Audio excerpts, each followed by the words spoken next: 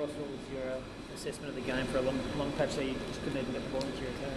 No, they played very well, didn't they? That was my assessment. I thought, they were really fierce in the contest, won a lot of ground ball and clearances. I thought the half-time, was really quite positive. Even the start, I think we had equal amount of opportunities, 13 all, and we had some entries that we just blazed away and had lowered our eyes and showed a bit of composure. We should have kicked a few goals. Second quarter was really quite positive, but then after half-time I thought they monstered us around the ball and clearances, locked it in their front half, and that was the story of the day, really. So.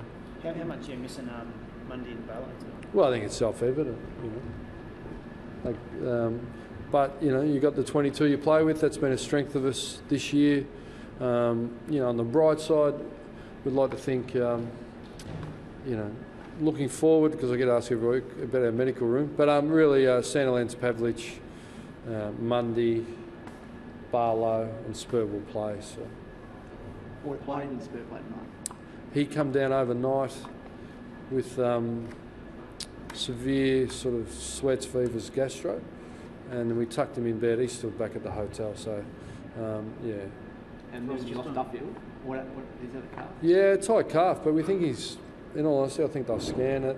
Maybe if he kept going, he was going to pop it, but he's had a few little issues with that, so it's not ideal. But look, we've got no excuses tonight. We played a very good football team on their home turf. I thought the heat was on early, and then in the end they cracked us wide open and dominated the clearances in the third, locked it in, and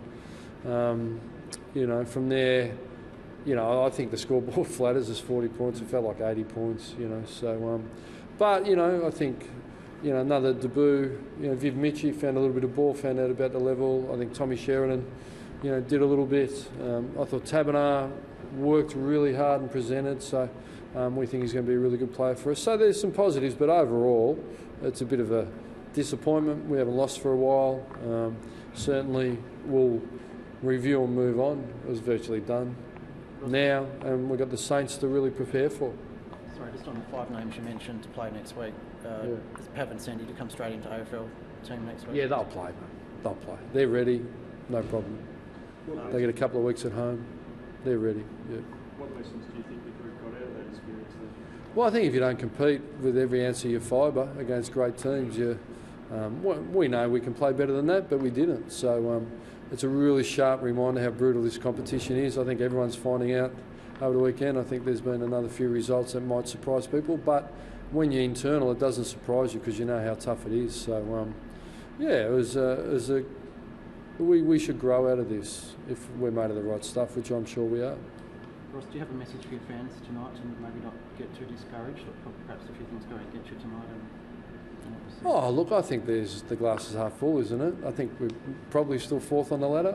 I'd suggest we've got 5 of our very best players coming back in.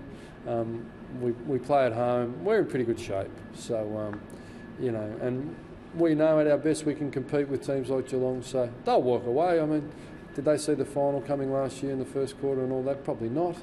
So it does happen, but you need to learn and you need to grow. So we acknowledge their performance tonight. We're disappointed.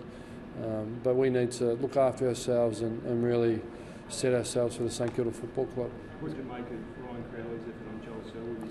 Yeah, look, I was asked on 7 earlier. I thought, Selwood's a great player and they're dominating, and he's got fierce concentration, plays it really well. He was put under a lot of scrutiny. I thought he displayed his true character today. It's self-evident the way he goes about it, and he was our only 4-quarter performer on a great player against great adversity. So. Sometimes you can talk about your character or you can display it, and I thought he displayed it tonight. And significant after so much pressure on him personally during the week as well to remain focused. Yeah, but we moved on. I mean, a bit of a beat up, Thanks, guys. Did you have some issue with the crowd where security had to get involved during the only thing was, and I'm happy, you in the box, and we really enjoy we don't enjoy it, but at times the broadcast is part of the entertainment.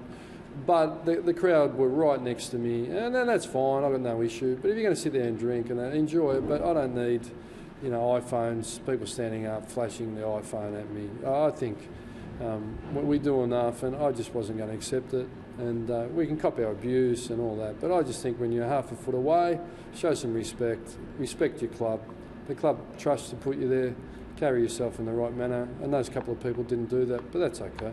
Were they flashing the score or something on their phone? No, just standing up, taking photos. I just think it's inappropriate, isn't it? I don't really need it. Half a foot away in the flash, you know. So we all have our moments in the sun. Everyone's pretty brave behind glass, but that's okay. That's what it is. And just, do you know, were they removed or did they just behave after that? No, I think they just settled down. You know, act your age, not your shoe size. That's okay. Thanks, guys.